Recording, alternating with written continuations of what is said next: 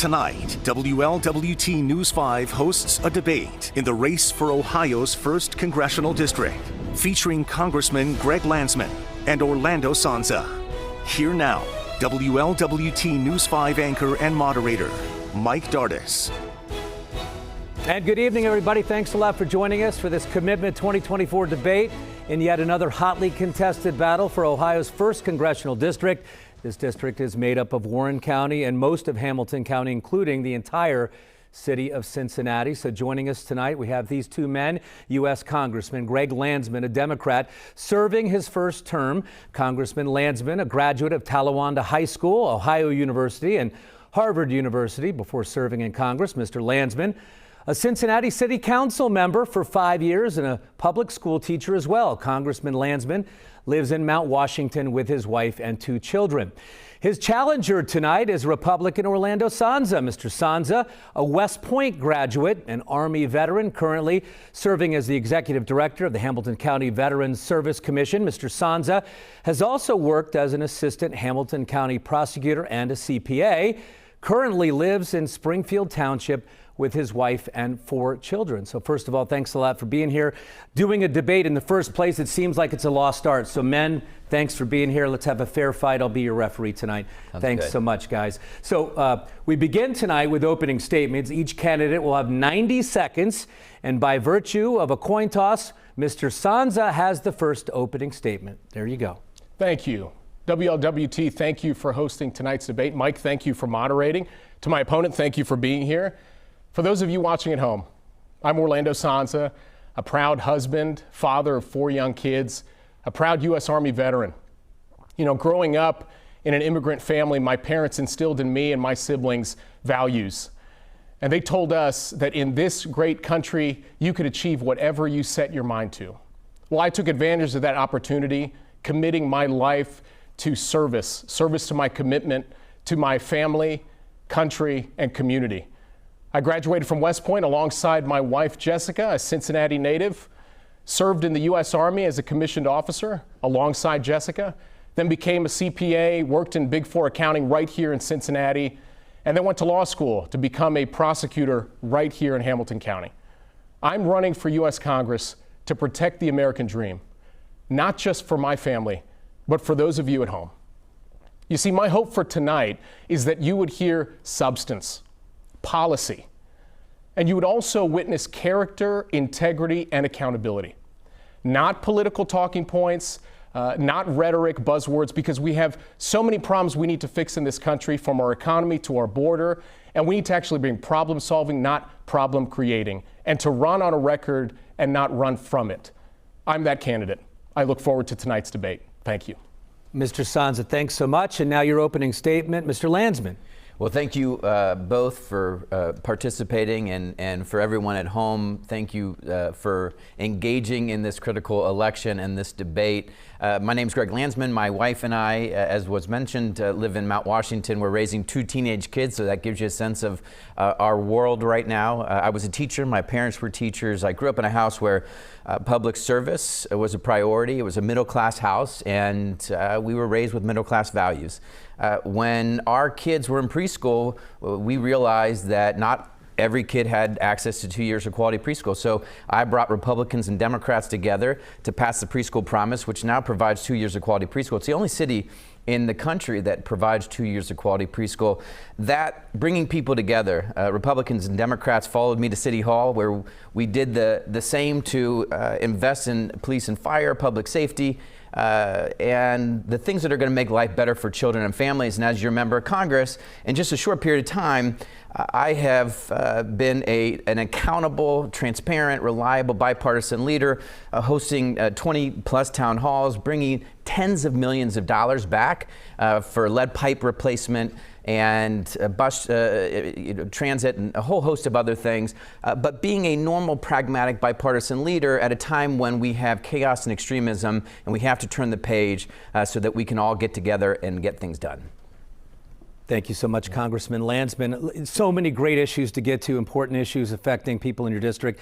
I think the economy, though, has to be number one because people want to live a quality of life that they can be happy with, and they're raising kids just like you are, too. So let's start with that. Inflation's been a buzzword, of course, across America for the last several years. You've got tens of thousands of people in your district under the poverty line. In Hamilton County, the number's 15%, which is 1 out of every 6 or 7 people. So I'm going to start with you, Mr. Sanza. A lot of times we talk in generalities in politics. I'm going to ask you tonight to speak in specifics. How would you turn this around? How would you start putting money back in the hands of the families in your district?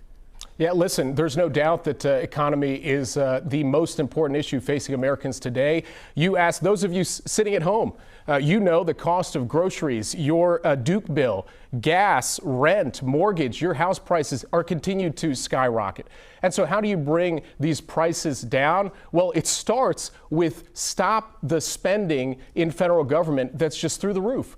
This idea of spend, spend, spend, tax, tax, tax, that needs to stop. And so here's our vision. Right? It's real simple. It's that when we get to Congress, we actually will cut government spending. And we start with cutting the fraud, waste, and abuse that we see across all the agencies in government. And not only that, it's not taxing the American taxpayer, you and I, to oblivion. And so it's my opponent that, he's got a track record of being on the wrong side. Even before he got to Congress, you that are sitting at home in greater Cincinnati know that it was Councilman Landsman that voted to raise our property taxes, our income taxes, our sales taxes.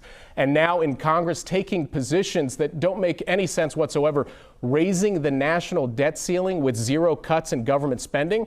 I mean, that was his position first and foremost when we faced impending government shutdown last year.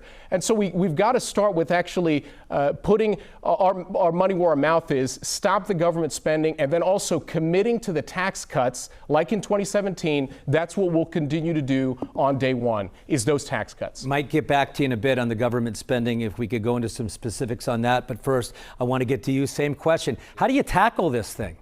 So it's a question of what kind of economy do we want to build? Is it an economy that's built for the middle class and working people, or is it an economy that's built for the super wealthy? For decades, politicians have built an economy for the super wealthy and hoped that the opportunities would trickle down. And so you have a tax code, and my opponent mentioned the 2017 tax giveaway where you had trillions and trillions of dollars spent on the super wealthy, billionaires and big corporations. He would spend more and more on the super wealthy at the expense of the rest of us.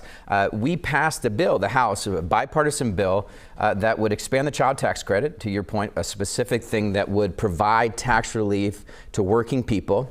It cut taxes for our small businesses, something I've led on, making sure that they could deduct interest payments, research and development, a whole host of things.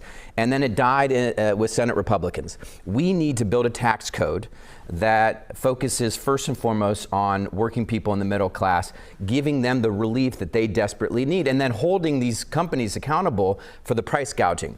Now, the government spending, which we're going to talk about hopefully, what he's talking about, Social Security, Medicare, investing in veterans, investing in you, the fraud, waste, and abuse is $4 billion.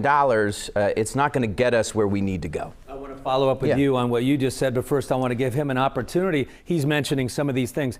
When you say government spending, that's a very broad brush. Give me some things, when you talk about government spending, that you'd want to cut. Sure. What can we do without? Yeah, well, let me first address that it's clear that my opponent hasn't even read the 2017 Tax Cuts and Jobs Act, because what that means is a difference for you at home, whether you're going to have $1,000 or $2,000 in child tax credit per child, or $12,000 to $24,000 as married filing jointly. The CPA knows that, my opponent doesn't. As it comes to federal government overspending, the Government Accountability Office does a study every year. In fact, they did one in May of 2024, where they looked at over 112 recommendations to Congress for where we can actually cut down on duplicative, redundant spending. I'm not going to agree on everything in that report, but we start there. We don't need to do the homework. My opponent has seen this report. Commit to those cuts in government spending. I just want to get back to you real quick. You mentioned the term super wealthy when you talk about tax cuts. I'm just going to speak. There's a lot of people in the middle. They don't pull the left lever, they don't pull the right, and they're waiting to hear from both of you, and they're undecided here.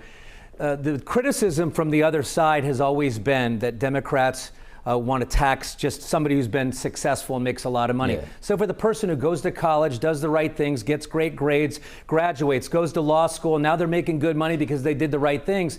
Are they part of what you're talking about when you say taxing those folks? Who do you mean by super wealthy? It's such an important question. And so for me, it's folks who have made tens of millions of dollars. I mean, most families, we're talking about 98, 99% of families should get a tax cut. And in the bill that we passed, the vast majority of Americans did get a tax cut. We did expand the child tax credit, and we did provide meaningful tax relief for small businesses. Again, the Senate Republicans killed it. Now, the issue is that they did not have these tax giveaways for the super wealthy, and I'm talking about billionaires and big corporations. And all I'm saying is they need to pay all their taxes like the rest of us. I appreciate you clarifying. Thanks so much, gentlemen. Let's go on to question 2. Let's stick with the economy, but let's talk specifically jobs here. We know that the Fed made a cut recently, 0.5 point. Maybe within the next year, we're hoping it could be 2 altogether. That's what people are hoping for. So the Fed makes the cut. Inflation, though, kind of cooling, but some companies out there like Amazon, Google, GM, CVS are all laying off hundreds of people. Job market right now, by all accounts, stagnant. Name at least one thing you would do or you're doing right now to help ease the burden. We're going to switch the order now and go with you, Mr. Landsman. Well, the tax credit that I just talked about, the child tax credit, would make a huge difference. Again, it passed the House. I am a huge proponent of the child tax credit and meaningful, serious relief for working folks getting wages up and passing the PRO Act, which will help our friends in organized labor negotiate higher wages, which help everybody. We have to build an economy where the middle class is growing. I have a degree in economics, and I can assure you, as you know, that if you have a robust, growing, diverse middle class where more and more people have opportunity, you have more and more people spending money, buying goods and services.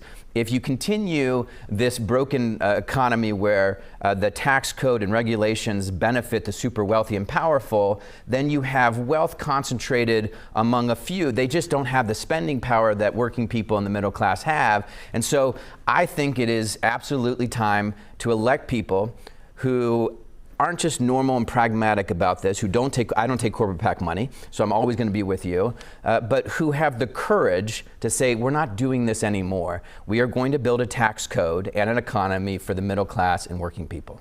Mr. Sansa, when it comes to the job market, do you have a strategy? Yeah, so again, my opponent seems to showcase his limited understanding of the tax code. He only talks about child tax credit. Let's talk about businesses, okay? You as a small business owner sitting at home, those tax cuts of 2017 gave you a 20% qualified business income tax deduction on your tax return. We need to renew that on day one. My opponent has committed not to renewing that. The other thing, too, is that here's the secret, and it's common sense. If you continue to tax corporations, whether they're small, middle, or big, and you continue to tax, the only thing that they're going to do are pull one of 3 levers. They're going to lower salaries for their employees, they're going to let go of employees, or they're going to lower the return on investment for those investors out there. We don't want to do that. We want to actually substantively incentivize people to work and actually incentivize corporations to hire and retain and give good salaries to their employees. Now, it's my opponent that has these radical, he claims he has a degree in economics. He's taken positions like raising the federal minimum wage to $24.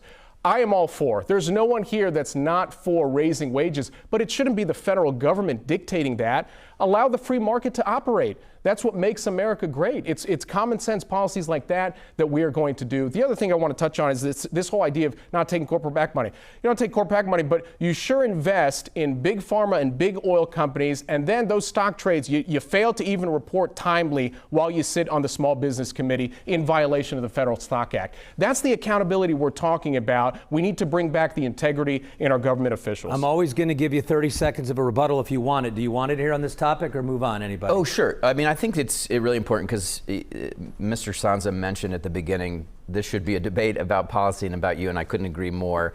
A lot of weird, strange, oftentimes untrue things, but the question is about tax cuts and how to build a better economy. The bill we passed, which was a bipartisan bill, was tax cuts for families and small businesses. Would you have voted for it? Do you want to respond? I would absolutely love to respond. 30 seconds. Here's the fact: is Would that you have voted for it? There's something called the Federal Stock Act that my opponent knows, It's a yes or and no it question. requires all members in Congress to disclose their stock transactions that they made. Which I did. It took you 580 days to do it. You got caught, and that's what we're talking about. You can't call for an ethics commission while you're on Cincinnati City Council to increase transparency for financial reporting of government officials when you don't even adhere to financial reporting. I mean, that's the thing that we saw, the trend in the Gang of Five on Cincinnati City Council to now violating the Federal Stock Act. You know it's true. That's what people are sick and tired of today. It did not take very long for him to get very negative and to start the lies. This is about accountability. We have a lot to get to tonight. I promise you'll have plenty of opportunities. We're going to go through all of this. And at the end, when you have your final statements, you'll get to answer to some of these as well. Got to get to the Middle East. Both of you gentlemen, when you were in the green room waiting to do this, I noticed you had NBC Nightly News on and you were watching what's going on in the Middle East. And we're all watching that right now. Mr. Sansa, I'm going to start with you on this. It's been about a year now, of course, since the October 7th attack that we will all remember forever and ever. Today, U.S. destroyers involved in stopping another attack on Israel. We had the missiles raining in from Iran. The U.S. vows to have a small number, maybe even larger now, we'll see, but they're saying small number of troops there to prevent a larger scale war in the region. Do you support American involvement in the Middle East? And if so, on what kind of scale?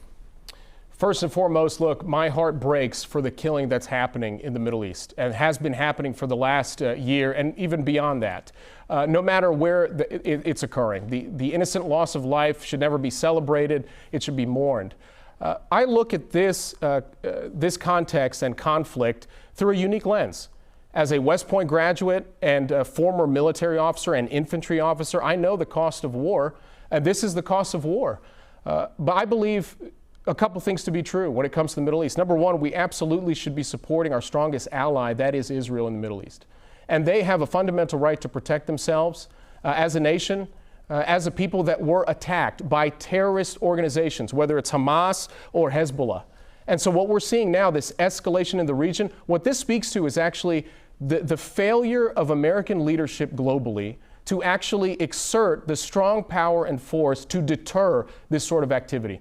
Instead, what we've seen in the last few years, and policy positions, again, policy positions offered by my opponent, is actually emboldening these enemies in the region. My opponent had two opportunities in Congress to vote for two bipartisan bills that would have stopped funding American dollars to go to Iran, and he voted no. And see, this is what we get. We have Iran that now becomes the funneling source for Hezbollah, the Houthis, and Hamas. You need to hold them accountable, and America needs to project that strength again. You have my word, both of you. We'll get to the last year in the Middle East and what you think about what's been going on. Specifically with what's going on with American involvement. Sure. Do you think the U.S. should be involved? You saw the news today. Yeah, if so, on what kind of scale should the U.S. be involved? The U.S. has to be involved. There should be no daylight between the United States and Israel when it comes to Iran and to terror. And that's why we have the aircraft carrier groups there. Thank God for the aircraft carrier groups and our investment in Iron Dome. Otherwise, tens of thousands, if not hundreds of thousands of Israelis would have been killed today. But for our aircraft carrier groups, our partnership, CENTCOM and Iron Dome, lives were spared. Iran is funding terrorism in Lebanon with Hezbollah, Hamas in the West, in Gaza, Islamic Jihad and Hamas in the West Bank. Once the international community joins us and says we are no longer dealing with Iran and Iran's terror, then we will have peace. But for Iran, I believe there would be peace. And so this is an issue where we need serious leaders. We need bipartisan, pragmatic leaders. I worked in Israel for many, many years as a member of Congress in just 18, 20 months. I've been to the region 4 times, to Rafah, to Jordan, to Egypt, to Israel. I understand it very, very well and have become a leader on this issue, and we desperately need it. I don't think this is a time or an issue that should be politicized in any way. This is a bipartisan issue, and it must remain that way. And since we're alternating questions, I'll actually start with you, but stay on the same topic here. Go ahead, 30 seconds. So again, my opponent just said, but for Iran on this issue. Well, again, this comes to accountability tonight, folks. That's what you and I want to see tonight. Then why did my opponent vote no on those 2 bipartisan bills that would have stopped American dollars to go to Iran? And instead, what we're seeing now is exactly this. And that is true. And so you say that if it wasn't for Iran, oh, sorry, you're saying you voted yes on those 2 provisions? You're going to get a chance for here. sure. Go but ahead. This is really important. I mean, because after the last debate, I walked over to my opponent and I said, look, you'll do better if you don't lie. People know when you're lying. Nobody believes that I have done anything other than stand up to Iran, and that for you to suggest so you voted that yes I am on those 2 responsible, bills? that anyone is responsible for won't what happened on October 7th. These are people who are trying to kill me. It is so wrong. Don't sit there smugly and make things up. It's really Voters disappointing. hate it. They absolutely hate lying politicians who will do anything to get elected. Response to that? Well, yeah, again, he won't answer the question directly. Did you vote yes or no on those 2 appropriations bills that were bipartisan that would have stopped funding to Iran? There were 2 bills that would have stopped funding American dollars that said no more funding will go to Iran. Greg Landsman voted no twice on those 2 bipartisan bills. I know that your consultants have told you to talk about these 2 bills. I don't know what these 2 bills are. So you're saying you voted yes? You have got to stand up to your consultants and say, I'm not going to do that. Is it the same way that you voted in error for the last bill that would have held illegal immigrants accountable for committing sex crimes on women last week? This is a lot of fun. I don't think he knows what he's talking about. I feel like I'm around the dinner table. We're talking politics. We're having fun. I just need to move on. Accountability. I'm glad that both of you got an opportunity to get in there, but I want to talk more about the Middle East, which is obviously important. I don't think there's any disagreement, or not much disagreement, that after what happened October 7th a year ago, that Israel was justified in defending itself. There's no disagreement on that, but there's a lot of criticism about what's happened since. More than 40,000 Palestinians have died, thousands more without a home. You mentioned Israel launching attacks in Lebanon. Do you support Israel's current actions? Yes, I believe even that with the 40,000 dead. Well, a big chunk of that. First of all, these are 2 traumatized people, Jews and Palestinians. We have a lot in common, including the fact that nobody wants us, and Iran has been a meddler in all of this. And I do think, but for Iran, we would be closer to peace.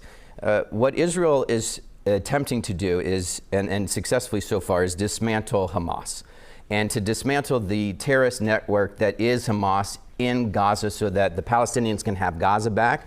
And they're trying to do it in Lebanon with Hezbollah. This is something that the United Nations promised that they would do 15, 16, 17 years ago with the United Nations Resolution 1701. The Lebanese want Hezbollah out.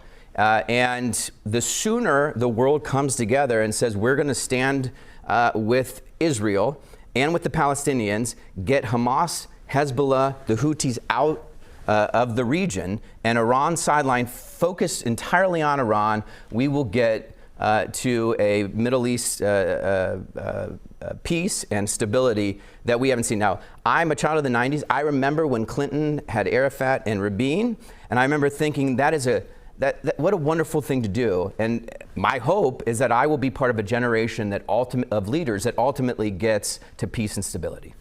Mr. Sansa, again, Israel is an ally of America. We all agree that what happened October 7th a year ago was despicable, violent, unthinkable. What's happened since? Do you support what Israel has done, their strategies in the Middle East, in Gaza? Yes, because again, we have to support our strongest ally, Israel. And you're right, Mike, what happened a year ago is devastating and heartbreaking. And let's hold the accountability where it belongs here in the Middle East, and that is to terrorist organizations that have no regard for human life, whether it's Palestinian or Lebanese. They need to be held accountable. In fact, they have over 100 hostages still detained today in tunnels in Gaza, and they need to be released today. And they can do that, but they refuse to do it because all they care about is the preservation of their leadership. Now, of course, looking at this through a unique lens as a former military officer, is that you would hope that the Israeli Defense Force is operating under rules of engagement, operating under international law, because they are a sovereign nation that is committed to that. And so that's what we would hope for. But again, when you've got rockets, 500 rockets being fired into northern Israel, and some of them just in the last year have hit Arab children that were playing in soccer fields, I mean, that is wrong. And you've got to hold the people accountable. I just have to address again, this is not an ad hominem attack. This is accountability for the policies that my opponent has voted on the floor of U.S. Congress. And so if he's claiming that he did not vote that way on these two appropriations packages, then after this debate, he needs to go back to his register and clarify that and maybe make the same error correction that he made last week when he claimed that he voted no in error for an immigration bill. I was going to say we had a Republican and a Democrat agree on a topic, but then I saw your hand go up, and with what he said, you wanted to respond. Israel and anti-Semitism are two of many, many issues that need to remain bipartisan. The idea that he would bring up partisan attacks is problematic for both the effort to fight anti-Semitism and to defeat Iran and to deal with the awfulness that is happening in the Middle East. He agrees that they were appropriations bills. This wasn't funding for Iran. They were appropriations bills. We ultimately passed that would have stopped a bipartisan budget. And so I really do hope that moving forward, if he runs again, that he appreciates the fact that Israel and anti-Semitism need to be bipartisan. All right, I gave you a little more than 30 there. I'm just going to give you a chance to respond, Mr. Landsman. Just let him do that since he, for the most part, let you finish. 30 seconds and we need to move on. Absolutely, absolutely. Yeah. Let this point be made clear. You do not have to be Jewish to be pro-Israel. Okay, and I'm emphatically pro-Israel and for the Jewish people. Again, the clarity on this bill, and this will be the last that I'll make mention of it. I said that he had the opportunity to vote no on an appropriation package that would have stopped the funding. Not that he himself has funded it, but again, there's measures that we could take legislatively that could stop the actions that we're seeing. And the Middle East, with these terrorist organizations, they are getting resources from nations like Iran, and that needs to stop. American resources need to stop going there. We will do it on day one. Another hot button issue, of course, is immigration. We've got it right in our backyard, obviously, with what's been going on nationally and here in Springfield.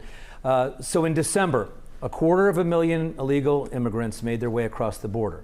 The last 3 months, that number has gone way, way down. 54,000 was the last count, but that still can fill Great American Ballpark. Yeah. So my question is, first of all, why is the southern border something that voters in your district need to care about? And since this is a new question, you begin with that. Why is it important in this district? Why should we care? Well, because Ohio is a border state. There's no doubt about it. Look, I'm looking at this issue as someone who can proudly say I'm a product of a legal immigration system. I was born in the Philippines, moved here when I was 3 years old, with my mother and my father and my older sister, April. We came in this country the legal way, the way it should be.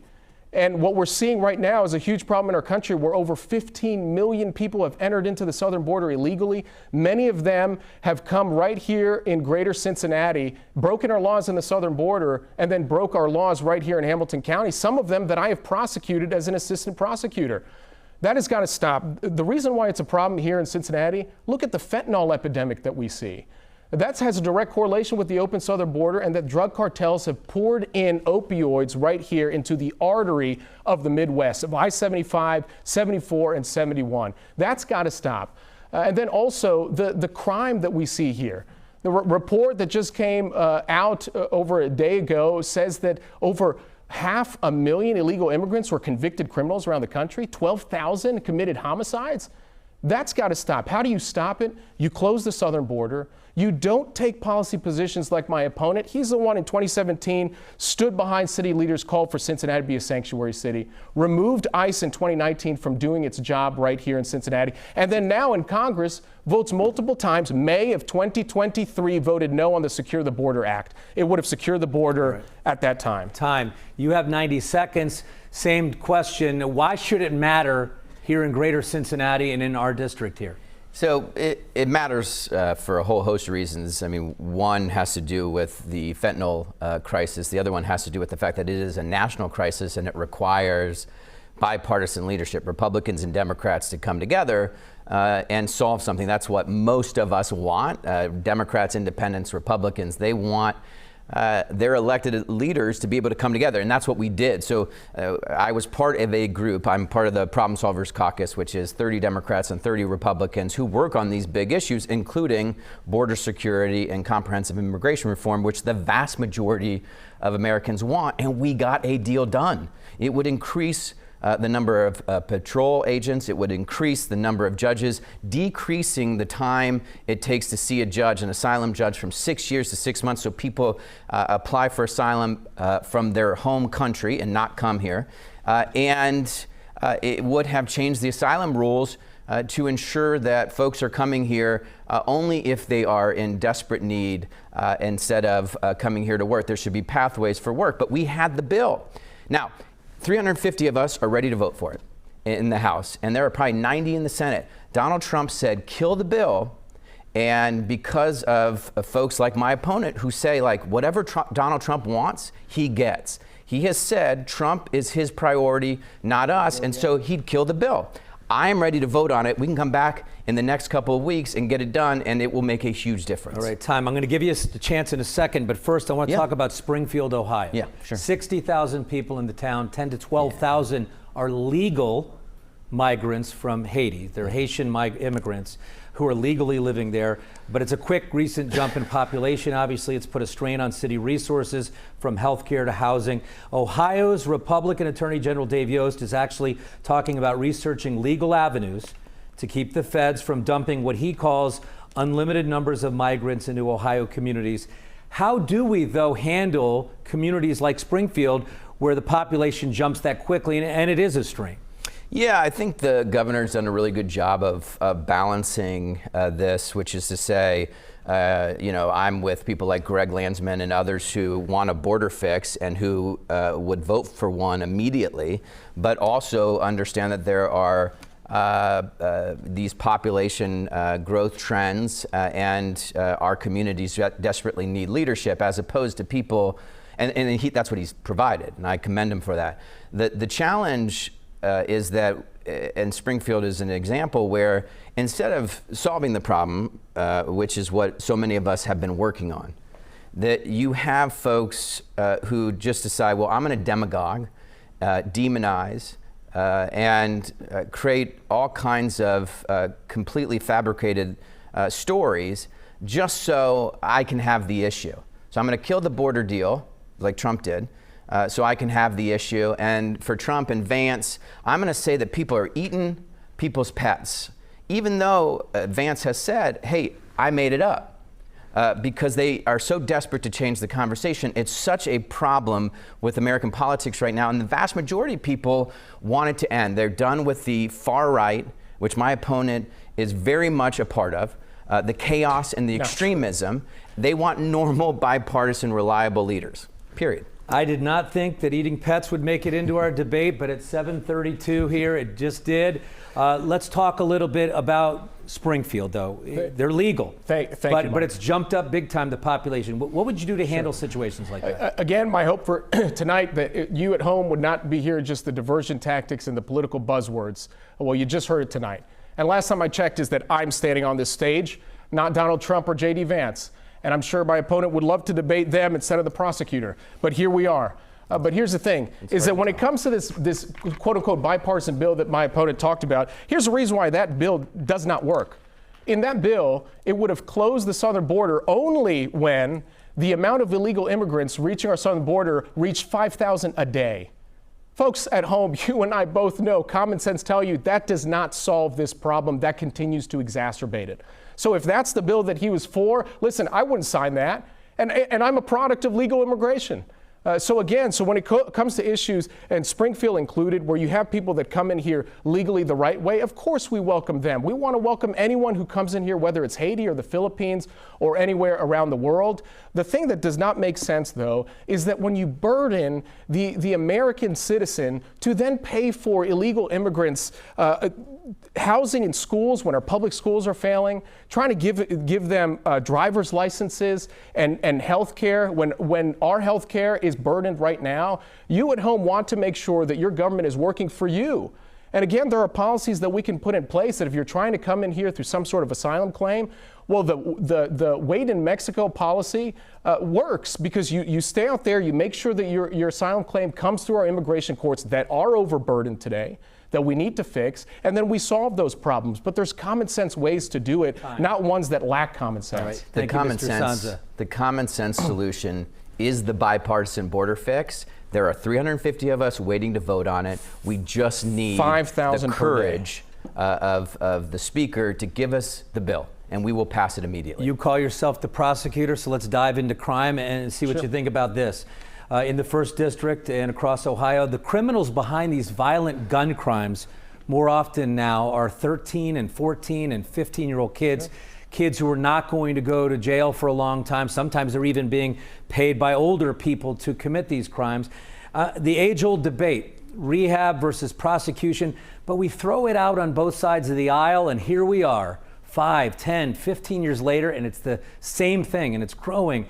Can you give me some specifics? How would you handle this crime problem, especially with the teenagers, the younger kids? Yeah, absolutely. It's a huge problem right here in Southwest Ohio. Cincinnati is the 11th highest murder capital per capita in the nation.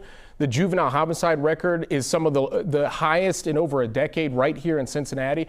It's a huge problem. What we've got to do, first and foremost, I personally believe it starts with the family. You continue to support the nuclear family and parents to raise their kids, send them to good schools, give them the ability to go after activities that are going to keep them away from the streets and going with gangs as well. But again, it's supporting and holding our accountability to the laws. Supporting our judicial system, supporting our law enforcement, right? It's not through, again, lack of common sense policies. My opponent is the one who has pushed for no cash bail in Ohio. As a prosecutor, that would send more criminals. It was juveniles who just over 6 months ago were released on low bond and then in OTR decides to commit another violent act on a random citizen. That was because of this idea of no cash bail. I mean, that's got to stop, or low cash bail. The other thing, too, is supporting our law enforcement that are doing the hard job of keeping us safe every day. I will always support law enforcement, not just as a prosecutor, just as an American that wants to see my kids, your kids, safe in the community. But here's my opponent. When it's politically convenient for him to stand with cops on Congress, he will. And then when he's on Cincinnati City Council, if it's convenient for him politically to call for the defunding of the Cincinnati police, he did that, and he will do that. $10 million did not go to District 5 because Greg Landsman voted no against it. That's defunding the Cincinnati police. You have 90 seconds to respond and address crime specifically if you can. He mentioned it's, I'm not debating Trump or Vance, but it's hard because they share this common approach where, look, if I'm not right on the issues and I'm not with the vast majority of my voters, I'm just going to lie. I'm going to make things up. People hate it. I absolutely hate it as a voter. Then prove it's wrong. On public safety, I believe, I'm about to. I believe that public safety is a basic fundamental civil right that should not be denied to anyone. And it's being denied to too many people because of the guns and the gun violence and a whole host of other things. Now, when I was at City Hall, we invested over $20 million in police. I led the fight for not one, but 2 recruit classes. It's one of the reasons why the FOP and the police have endorsed me. I also want common sense gun reforms. Now, my opponent believes that giving guns to teenagers and not increasing the age requirement to 21, the op-ed saying, look, I don't want to increase I don't want to increase the requirement to 21, and I don't want to empower police officers with red flag laws. Now, that is something you can read. I believe that this country is ready, desperately in need of common sense gun reform so that we can get guns out of these communities and keep people safe. My wife and I worry every day about our kids because of how easy it is to get guns and these weapons of war. Speaking of, you're talking about. Can I respond to that? Go ahead, quick though, 30. Okay, so listen, my opponent would not know what a red flag law was if it hit him in the face, let alone a constitutionally written one that actually had constitutional due process of a right to a hearing and a right to face your accusers. He doesn't know what any of that is. So red flag laws make sense so long as we protect constitutional rights afforded under our Constitution. The other thing, too, is that I'm never going to take a law-abiding citizen's right to protect themselves. But some things that are common sense. Those that have severe mental illness shouldn't have access to weapons. Those that have a violent criminal record should have access to weapons. Those are common sense things. But again, this deflection of red flag laws, he doesn't even know what that means. Mr. Sansa, thank you. You have 30 if you'd like. Oh, sure. Yeah, red flag laws are pretty simple. Red flags laws allow law enforcement to go to a judge and say, look, this person shouldn't have a weapon. Now, every single one of us, especially us parents, would love for every police officer and sheriff's deputy to have the ability to go to a judge and say, this person should not have a gun. Now, that is basic common sense gun reform that we desperately need. I will be that leader to stand up and be part of the generation of parents that ends this gun nightmare once and for all. Let me just make one point, Mike. I wish we had 2 hours for all. It's real quick, Mike. It's that, did you just hear that at home? It's that my opponent wants to give a unilateral right to a police officer to simply go to a judge and say, this person shouldn't have a gun. Where's the constitutional protection in that? Where's the protection of my children? Speaking of, let's move on to that. All these false threats that are made to schools. It seems like almost every other day on WLWT News 5, we're talking about another district that's out for the day because somebody called in, and then sometimes you find out about it and then you prosecute these kids within the school and they might get suspended and might get expelled, but really it doesn't seem like a lot is happening. And I'm wondering, with Friday night football, an American tradition in Cincinnati, a lot of these public schools are forced to cancel or move the games to Saturday mornings and that sort of thing. With these shots fired on the steps of the stadiums, what do we do? I know down in Florida they had a sheriff that paraded a bunch of kids out in front of the public when they were responsible for something like this. I'm not suggesting we do that, but what do we do so that this doesn't happen over and over again, Mr. Landsman? Yeah, so one of the things that, in addition to investing in police and making sure that we have enough officers, we invested in some of the community policing approaches that they have been successful at. I just secured in this current budget over $1 million for cameras that will make a big difference in prosecuting these crimes. The fact of the matter is we need a comprehensive approach, one that invests in families, get wages up, opportunities up for young people. When I was on city council, we led the largest increase in youth jobs in all of Cincinnati history. And so it has made a big difference in kids getting more opportunities. Ultimately, you're going to have the police come together with those of us who want common sense gun reform to get these guns out of our neighborhoods and to ensure that as parents, we don't have to worry about it every single day the way we do. A 15, 16, 17-year-old kid should not be able to get their hands on a weapon of war, a high-capacity magazine weapon, where they can shred the bodies of 10, 12, 13-year-old kids. It's awful. We had a roundtable yesterday with a bunch of folks who are working on this issue, desperately needing leaders like me who are pragmatic and listen. Several kids had been shot. They're being shot because they live in the wrong neighborhood. And it requires us as adults to do everything in our power to get these guns out of here and make sure these kids have everything they need. All right, thank you, Mr. Landsman. Same question to you.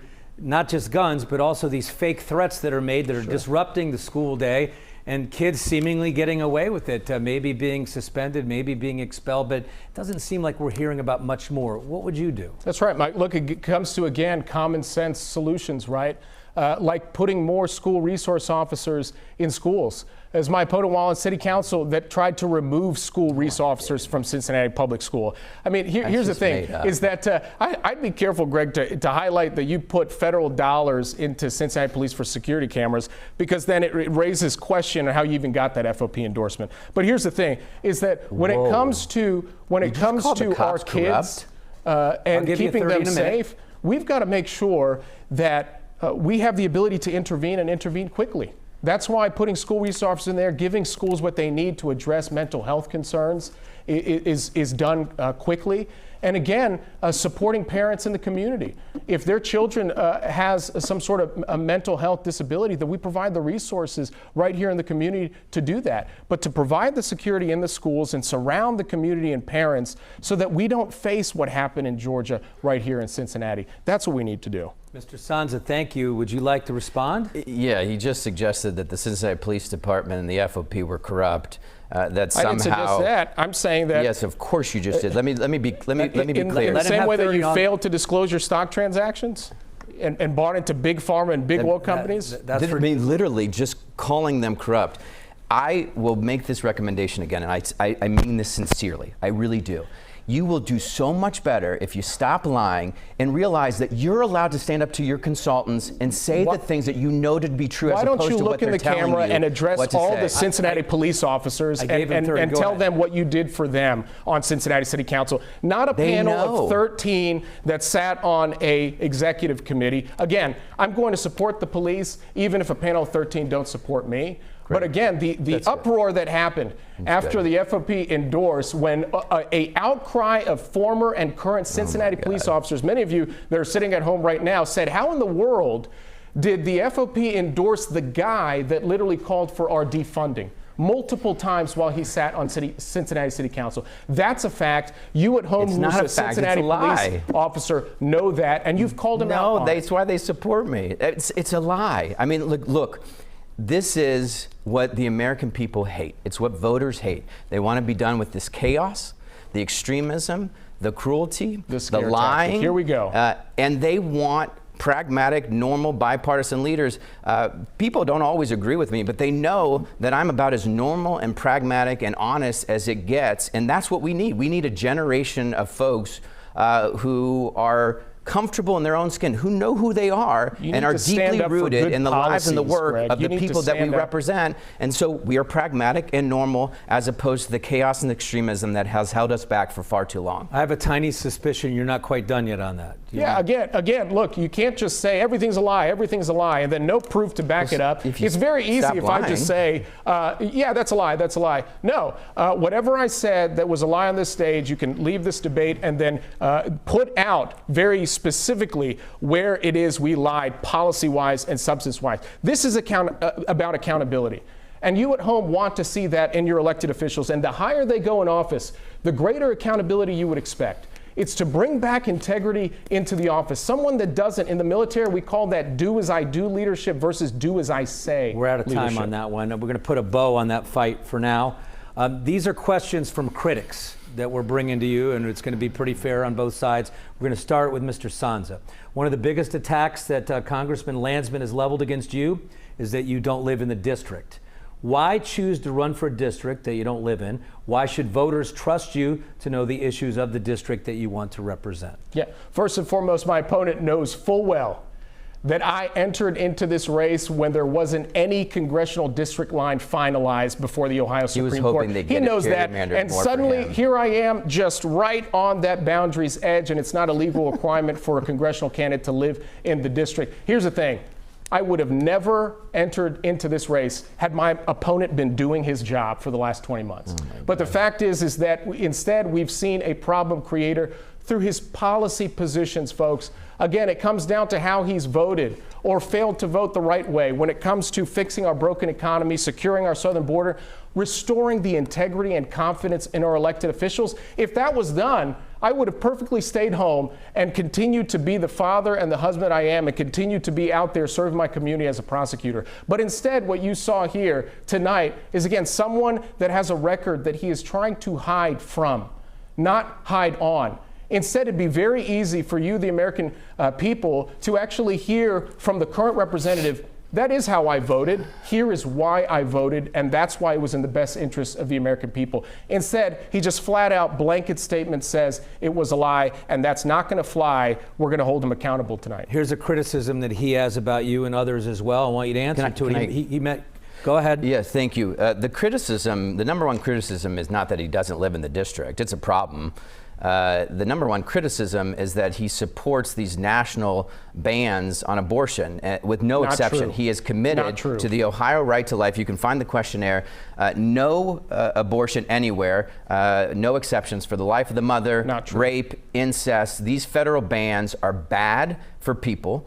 They're harmful. People have died because of these bans. That is the criticism, and the fact that he believes that corporate investors, not the middle class, should come first. Let me address that. I will say the one thing we do agree on, because he doesn't live in the district, is that he won't be on the ballot, meaning that neither one of us will vote for him. 30 seconds, and then we're moving on. Yeah, let me address this issue here, because again, trying to cast ad hominem attacks. Here's the thing on this abortion. It's been hyper-politicized and hyper-polarized. I want to make something abundantly clear to people here tonight, is that I'm not going to hide the fact that I consider myself pro-life. As a father of 4 kids, one who lost a 5th child in a miscarriage, very personal to me. But 3 things are true. This is a state issue, not a federal issue. The reversal of Roe v. Wade made that very clear. It's to the people of Ohio. Number 2, we have to recognize the 3 exceptions for rape, incest, and life of the mother. Number 3, the majority of Americans, me included, are not for extreme. My opponent is abortion on demand up until 40 weeks. No one knows what abortion on demand is. Votes no on It's the Common absurd. Sense Born Alive Act that would have made it a doctor's duty to save the life of a child born alive in the course of a failed abortion. He votes no. Sorry, we have 10 minutes left and you need to get closings in, but I need to ask you a question from critics. He brought it up earlier. Newsweek reported last month that you were late in disclosing more than 80 trades of shares in companies like Uber and Microsoft and Apple. Trust in Congress, as we all know, looking at the polls, is already low. A lot of critics tie you to the city council gang of 5. And my question is, when it comes to trust, how are you telling people, hey, you can trust me? Yeah, for sure. So and he knows this, I don't trade my stocks. I don't have anything to do with my stock trades. And so when we found out, it was when we were going to disclose all of our financial information, which you have to do every year, which I do every year, despite what he said, we disclosed all of the stock trades. We're now sorting through whether or not to put it in a mutual fund or blind trust, and follow the law that I've signed on to, which is that politicians should get out of the business of trading stocks altogether. I don't trade my stocks, but for the appearance, I believe everyone should get out of the business, and so I'm just going to go ahead and do it, whether the bill passes or not. Though I believe the bill should pass, and the only reason it hasn't is because of congressional leadership. They don't want to force members to put their stuff in a blind trust or a mutual fund. I obviously have built up a lot of trust here in Southwest Ohio. That's why I was overwhelmingly reelected to the city council, why I was elected to the United States Congress 2 years ago. People know me. I'm a big part of their lives, and I've been a big part of their lives for a long time, and that is something my opponent can't say. He does not live here, did not grow up here, and doesn't have a relationship with folks here. He doesn't have a relationship with people. You're from New Jersey. It's not. Yeah, I mean, it's fine. Can I just address that? Because he had 30 seconds real quick. Then we have to go to closing. Again, completely glossed over the Gang of 5. Didn't want to address that because he claims it happened 6 to 8 years ago. You have not forgotten the Gang of 5. The other thing, too, is this whole idea. He just proved the point here that the Federal Stock Act violation is true, and he just tried to defend himself. Here's the commitment I make tonight. I can't do it, Mr. Is Sansa. That when I get elected, I will not own a single stock in a corporation law, Congressman. He should make that same commitment here tonight. Sure, 100%. We agreed on rules. Listen, I got to tell you that this is the politics I grew up with. I appreciate your professionalism, duking it out here, showing up here, not being afraid to show up here. So thank you to both of you. Closing statements, and I'm sorry to be timekeeper, folks, but this is what you have to do when you have an hour, and I wish we could go 2 or 3. But let's do closing statements. You have 90 seconds. Congressman Landsman, the camera is yours. I think the biggest set of issues facing this election are going to be decided in races like this one.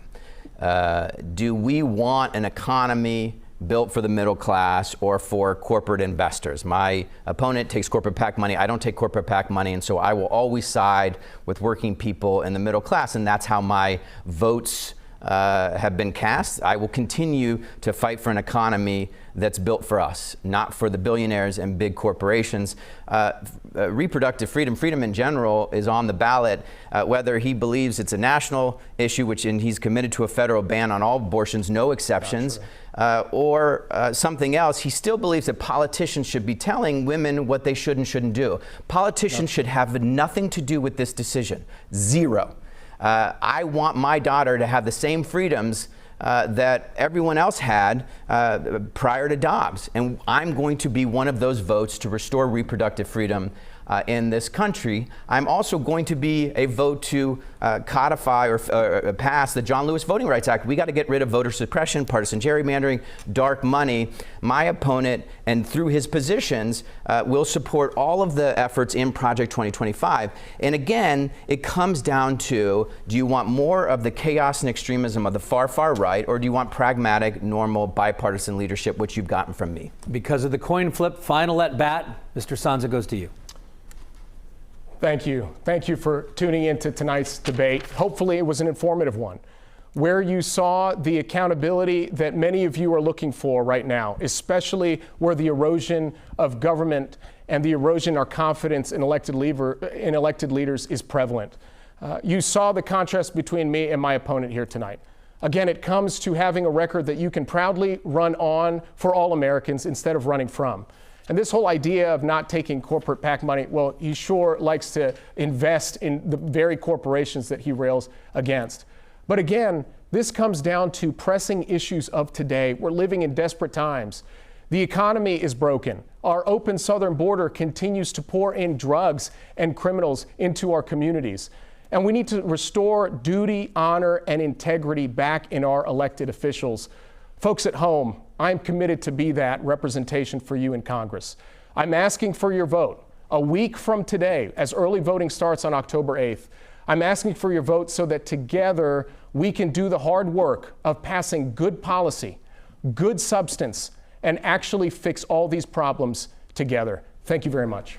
So there you have the Republican challenger, Orlando Sansa. You have the Democrat, the incumbent U.S. Congressman, Greg Landsman. I really appreciate you stopping by WLWT. Our audience appreciates it. Thank you so much, gentlemen.